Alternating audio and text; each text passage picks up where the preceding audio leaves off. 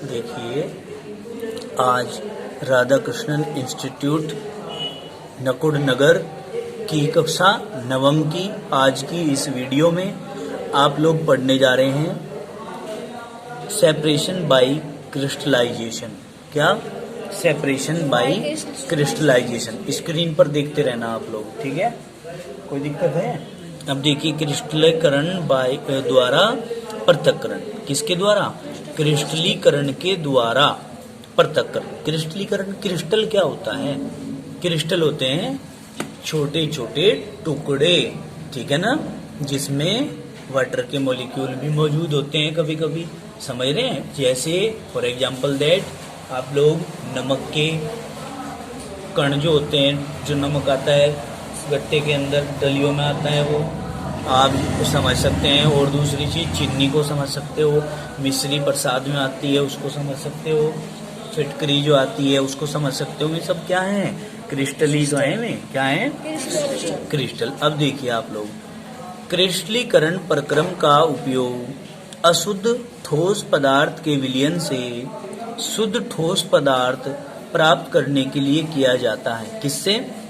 क्रिस्टलीकरण प्रक्रम का उपयोग अशुद्ध ठोस पदार्थ के विलयन से शुद्ध ठोस पदार्थ प्राप्त करने के लिए किया जाता है। यह गर्म को ठंडा करने का प्रक्रम है। किसको भाई? गर्म को ठंडा करने का प्रक्रम है। अतः किसी पदार्थ के सांद्र विलयन का क्रिस्टल तैयार करना क्रिस्टलीकरण कहलाता है। परिभाषा आप क्या दे सकते हो? आप दे सकते हो कि किसी पदार्थ के सांद्र विलयन का क्रिस्टल तैयार करना, ठीक है जी? सांद्र विलयन का क्रिस्टल तैयार करना ही क्या कहलाता है? क्रिस्टलीकरण कहलाता है। समझ में आई बात? सांद्र क्या होता है? सांद्र होता है हाईफाई, तेज, क्रियाशील, गाढ़ा। समझ गए?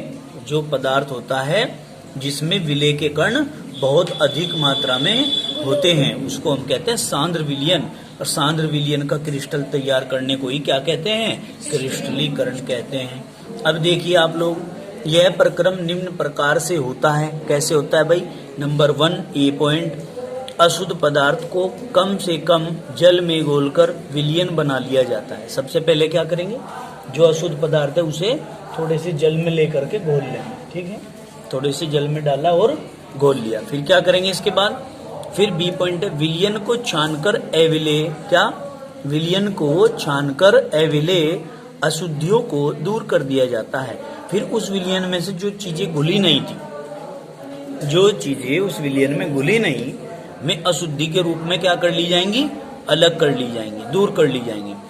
अब इस साफ विलयन को धीरे धीरे सांद्र विलयन या संतृप्त विलयन तैयार होने तक गर्म करते हैं। क्या भाई?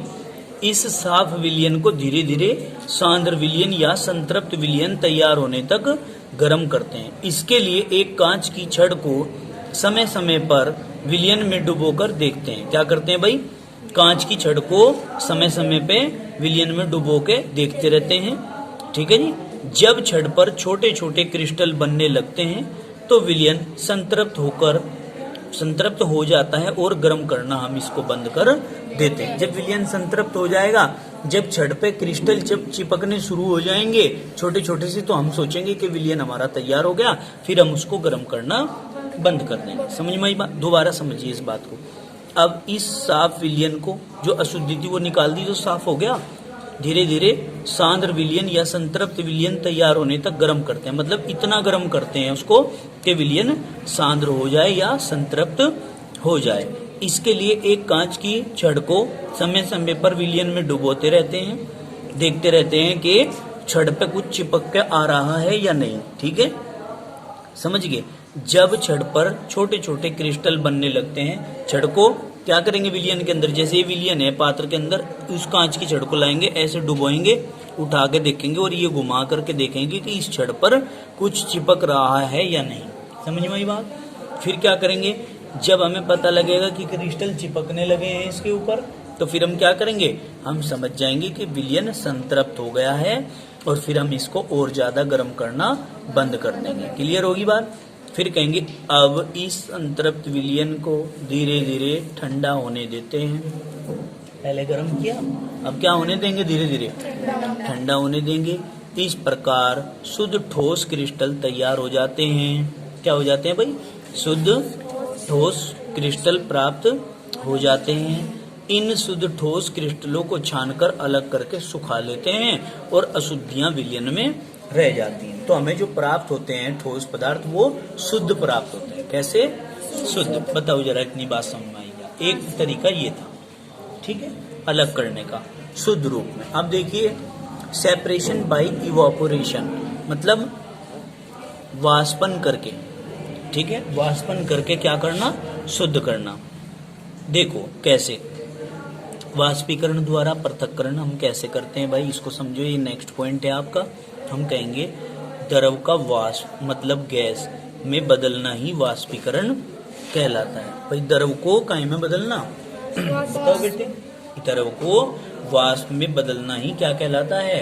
वाष्पीकरण कहलाता है। वाष्पीकरण का उपयोग जल या अन्य द्रव में घुले ठोस पदार्थ के पृथक्करण में किया जाता है। काहे में भाई? जल में या अन्य द्रव में घुले ठोस पदार्थ के पृथक्करण में इसका प्रयोग किया जाता है। जब सारा जल या द्रव वाष्पित हो जाता है, वाष्प के रूप में बदल जाता है, तो घुला हुआ ठोस अवशेष के रूप में बच जाता है। जो घुला हुआ ठोस पदार्थ है वो क्या रह जाएगा?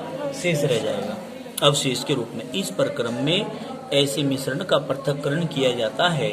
इसका भाई ऐसे मिश्रण का पृथक्करण किया जाता है जिसमें कि द्रव आसानी से वाष्पीकृत हो जाता है, ठीक है, परंतु ठोस आसानी से वाष्पीकृत न हो। दोनों को मिलाया, अच्छे प्रकार से मिला करके वाष्प में बदल दिया, गर्म कर दिया। गर्म करने के बाद जो जल है वो वाष्प में बदल के अलग हो जाएगा, और ठोस वाष्प में बदलने का नहीं, वो ज्यों का त्यों रहेगा।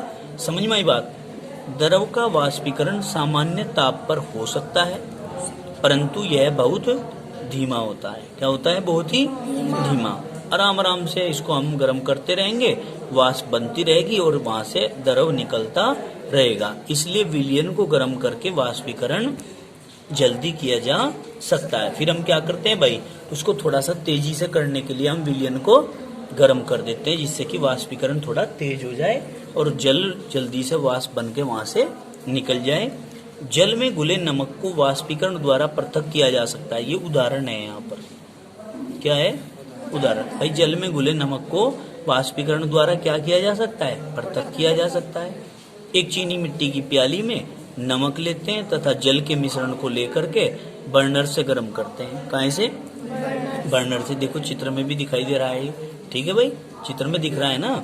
ये चीनी मिट्टी की क्या ले ली? एक प्याली ले ली, चाइनी डिश बोलते हैं इसको। ये इसके अंदर बराइन विलियन मतलब NaCl का विलियन भर लिया। काहे का? नमक का। इसको क्या बोलते हैं? नमक। बराइन को क्या बोलते हैं? नमक। ये जाली है, जाली पर रख दिए, ये यहाँ से गर्म कर रहे हूँ, तो क्या होगा? इसमें से वाष्प बन के बाहर निकलने लगी। ये क्या है? वाष्प जो बाहर निकल रही है, ठीक। तो क्या कहेंगे भाई? सुनो, चीनी मिट्टी की प्याली में नमक तथा जल के मिश्रण को लेकर बर्नर से गर्म करते हैं। कहाँ से करते हैं गर्म? बर्नर से। फिर क्या कहेंगे? विलयन में उपस्थित जल धीरे धीरे वाष्प बनकर वायुमंडल में उड़ जाता है। ऐसा ही होता है क्या? धीरे धीरे वाष्प बनती रहेगी और वो वायुमंडल में जाता रहेगा। जब विलयन का सारा जल वाष्पित हो जाएगा तो चीनी मिट्टी की प्याली में नमक शेष रह जाएगा। क्या बचेगा? खाली भाई नमक रह जाएगा। समझ में आ गई बात? कोई दिक्कत तो नहीं है? तो हम क्या कहेंगे? ये भाई ये एक बर्नर था, इसे प्याली को फिर ठंडी जब हो जाएगी, ठंडी होने के लिए रख देंगे, तो इसमें से जल तो निकल जाएगा, खाली नमक रह जाएगा। क्या रह जाएगा? नमक रह जाता है। लिख दिया यहाँ। समझ में आ गई बात? कोई दिक्कत तो नहीं है? ये तिपाई स्टैंड है, इसको अंग्रेजी में ट्राइपोल स्टैंड बोलते हैं। क्या? ट्राइपोल स्टैंड। बताओ समझ में आई क्या बात? फिर क्या कहेंगे हम?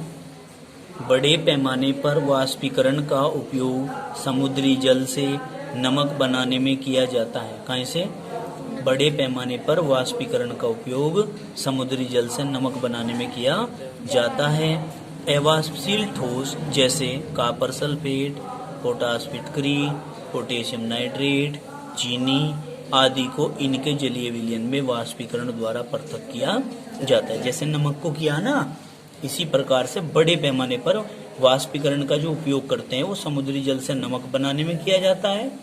ठीक है, वहां पर क्या करते हैं भाई, बड़ी बड़ी क्यारी बना दी जाती है, जैसे खेतों में क्यारी बनाते हैं ना, और क्या करते हैं भाई, वहां पर समुद्र के पानी को इसमें भर देते हैं। क्या करते हैं, समुद्र के पानी को इसमें भर देते हैं, फिर वहां धीरे धीरे धूप लग लग के पानी वाष्पित होता रहता है, और बाद में क्या रह जाता है उसमें, नमक के डले रह जाए बड़े बड़े, उन्हें तोड़ तोड़ कर मार्केट में बेच दिया जाता है शुद्धिकरण करके इनका। अब देखो, अवाष्पशील ठोस जैसे कॉपर सल्फेट है भाई, पोटास फिटकरी, पोटेशियम नाइट्रेट, चीनी आदि को इनके जलीय विलयन से वाष्पीकरण द्वारा पृथक किया जाता है। समझ में आ गई बात बेटे? आप सभी लोगों को देखो बताया जा रहा है, आप सभी लोग अपनी अपनी फीस अब के महीने तक जमा करो, सितंबर तक जिसकी रह रही है, ठीक है ना। कब तक जमा करेंगे, सितंबर तक फीस जमा करेंगे। दिक्कत हो रही है ज्यादा, जिसकी नहीं हुई वो टोटल करेगा, और जिसकी हो रही है जितनी वो उससे आगे की सितंबर तक जमा कराएगा। कोई दिक्कत है क्या? मैसेज आप लोगों के पास पहुंच जाता होगा फीस का, जितना भी इसकी जमा हो रही है। ठीक है, आगे देखो, क्रिस्टलीकरण विधि वाष्पीकरण विधि से उत्तम है, क्योंकि ये जो क्रिस्टलीकरण विधि है ना, इससे पहले हमने पढ़ी थी क्रिस्टल बना के, वो वाष्पीकरण से ज्यादा उत्तम है। क्यों है? क्योंकि यदि विलयन में घुले ठोस पदार्थ में कोई अशुद्धि वाष्पीकरण के बाद बनी रहती है, भाई वाष्पीकरण करने के बाद भी अशुद्धि रहेगी शेष, तो क्या करते हैं, क्रिस्टलीकरण से शुद्ध पदार्थ के क्रिस्टल प्राप्त हो जाते हैं। तो क्रिस्टलीकरण के बाद भी क्या होगा, हमें शुद्ध पदार्थ के ही क्रिस्टल प्राप्त होंगे। समझ गए? इसलिए बेहतर कौन सी है विधि, क्रिस्टलीकरण विधि ज्यादा बेहतर है। समझ गए? दूसरा आगे चलिए, पेज नंबर 39 पर आते हैं हम। कुछ ठोस जैसे चीनी का वाष्पीकरण करते समय गर्म करने पर में विघटित हो जाते हैं या झुलस जाते हैं। देखो भाई, जब हम गर्म करते हैं ना, तो कुछ ठोस पदार्थ ऐसे हैं, जैसे कि चीनी है, जब इसका वाष्पीकरण करते हैं तो कुछ पदार्थ ऐसे रहे हैं इसके अंदर जो विघटित हो जाएंगे, टूट जाएंगे, कुछ कण, या झुलस जाएंगी, काली हो जाएगी चीनी। ठीक है, तो क्रिस्टलीकरण में ऐसा कोई होता ही नहीं। बात कहाँ, क्रिस्टलीकरण में ऐसी कोई समस्या आती नहीं, तो इसलिए भी क्रिस्टलीकरण क्या है, ज्यादा बेहतर विधि है। समझ में आई बात? दोनों में अंतर पड़ रहे हैं आप, ज्यादा बेहतर कौन सी है। अब आप बात करेंगे, वाष्पीकरण प्रक्रम में ठोस चूर्ण के रूप में बनता है। वाष्पीकरण प्रक्रम में क्या होता है भाई, ठोस चूर्ण के रूप में प्राप्त होता है, जबकि क्रिस्टलीकरण में ठोस के क्रिस्टल प्राप्त होते हैं। समझ में आई बात? कोई दिक्कत तो नहीं है? ये इसलिए भी बेहतरीन विधि है। दूसरा आगे चलते हैं। जब विलयन का वाष्पीकरण किया जाता है तो सारा विलायक वायुमंडल में वाष्पित हो जाता है। ठीक है भाई, जब विलयन का हम वाष्पीकरण करेंगे तो जो पानी है, लिक्विड है, वो तो सारा का सारा एटमॉस्फेयर में चला जाएगा, वातावरण में चला जाएगा। समझ में आ रही है बात? जबकि क्रिस्टलीकरण में ऐसा नहीं होता। क्रिस्टलीकरण में ये जो जल होता है, ये वाष्प में, वो एटमॉस्फेयर में नहीं जाता। समझ में? या जाता भी है तो थोड़ी मात्रा में जाता है, इतनी मात्रा में नहीं जाता। समझ में आई बात? कोई दिक्कत है? अब आगे चलिए, क्या कहते हो, सेपरेशन बाय सेंट्रीफ्यूगेशन या सेंट्रीफ्यूगेशन। समझ गए? अब तुम्हारी समझ में बहुत जल्दी आएगा ये वाली विधि। ये वाली विधि है अपकेंद्रीयकरण द्वारा पृथक्करण। किसके द्वारा? अपकेंद्रीकरण द्वारा पृथक्करण। अपकेंद्रीकरण की एक विधि है और उसका एक औजार है। वो औजार आपने देखा भी है, क्या होता है अपकेंद्रीकरण। अपकेंद्रीकरण में सेंटर में उपस्थित हो जाए सारे कण। कहाँ? सेंटर में। आप बच्चे हो तो बच्चों वाला ही एग्जाम्पल दे दूं आपको। आप गांव के हो सारे के सारे लगभग हैं। आपने देखा होगा गांव में छुट्टी वाले दिन बुढ़िया के बाल वाला आता है, लाल लाल से गुलाबी से रंग के बेचने के लिए आता है वो। तो वो क्या होता है, उसमें एक पीछे एक चक्की सी रहे उसके पास, वो उसे साइकिल से घुमाता है, वह घूमती है और वो बुढ़िया के बाल तैयार हो जाते हैं चीनी से। तो वो कट्ठे गाँव में केंद्र में सेंटर में होते हैं। तो वो अपकेंद्रीकरण का ही तो उदाहरण है वो। समझ में आई बात? अब पढ़िए, दिमाग में आ गई होगी बात। ही तो बुढ़िया के बाल खाने का मन कर रहा होगा, चैन नवी किताबें बेचनी पड़ जाओ है। किताबें लेकर बेचता है ना वो, किताबें ने बेच दी नहीं, बहुत महंगी हैं। समझ में आई बात। देखो अब क्या करते हैं, यदि हम दरों में बहुत महीन निलंबित कणों को पृथक्करण छानन पत्र द्वारा छानकर करते हैं। क्या घुले हुए जो कण हैं बहुत छोटे छोटे से, उनका पृथक्करण अगर हम फिल्टर पेपर द्वारा करते हैं, छानन पत्र क्या होता है, फिल्टर पेपर द्वारा छान कर करते हैं, तो यह बहुत धीरे धीरे होता है। क्या होता है, ये बहुत ही धीरे धीरे, और इसमें बहुत समय भी लगता है। ठीक है, कुछ महीन कण छानन पत्र से बाहर भी आ जाते हैं। जब कुछ बारीक बारीक से कण में ऐसे भी हैं, मैं फिल्टर पेपर से बाहर निकल जाऊं, है कुछ ऐसे। फिर क्या करेंगे, अतः दरों में निलंबित पदार्थ के कणों को तेजी से पृथक्करण करने के लिए अपकेंद्रीकरण विधि का उपयोग किया जाता है। भाई उसमें तो धीरे धीरे से हो रहा था पृथक्करण छान के, लेकिन अगर उस विधि को हमें क्या करना है, तेज करना है। क्या करना है, तेज करना है, तो हम अपकेंद्रीयकरण विधि का उपयोग करेंगे। यह विधि अपकेंद्रीय मशीन द्वारा होती है। वो जो मशीन है उस पे, उसका नाम क्या है, अपकेंद्रीय मशीन द्वारा होती है। ठीक है, इस विधि में विषमांगी मिश्रण, क्या, इस विधि में विषमांगी मिश्रण यानी कि जिसमें निलंबित कण बहुत छोटे या कोलाइडी रूप में होते हैं। कैसे, बहुत ही छोटे या कोलाइडी रूप में होते हैं, को अपकेंद्रीय मशीन बहुत तेज गति से घुमाती है। अरे वही बात सारी चल के, वो क्या करती है, उसे बहुत तेज तेज घुमाती है। एक परख नली यानी कि अपकेंद्र नली में निलंबित कणों या कोलाइडी विलयन, किसको, निलंबित कणों को, मतलब जो घुले हुए कण हैं या कोलाइडी विलयन का मिश्रण लेते हैं। क्या करते हैं भाई, मिश्रण लेते हैं।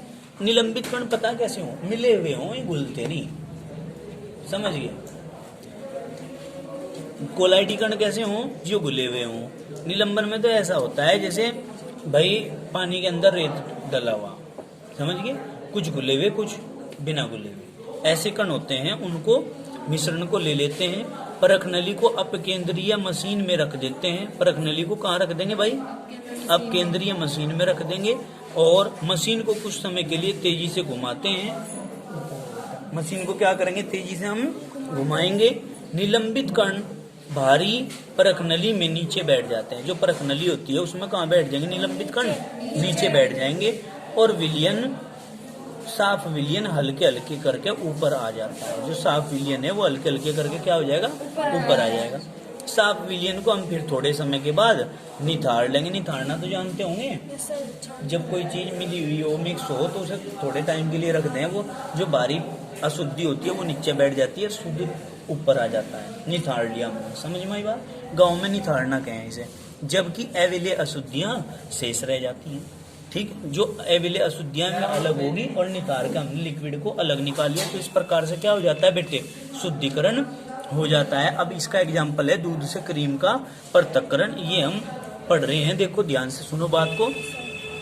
दूध कोलाइडी विलयन यानी कि इमल्सन होता है। क्या होता है, दूध कोलाइडी विलयन मतलब इमल्सन होता है, जिसमें जल परिक्षेपण माध्यम में द्रव तथा वसा जो होती है वो परिक्षिप्त परावस्था में होती है।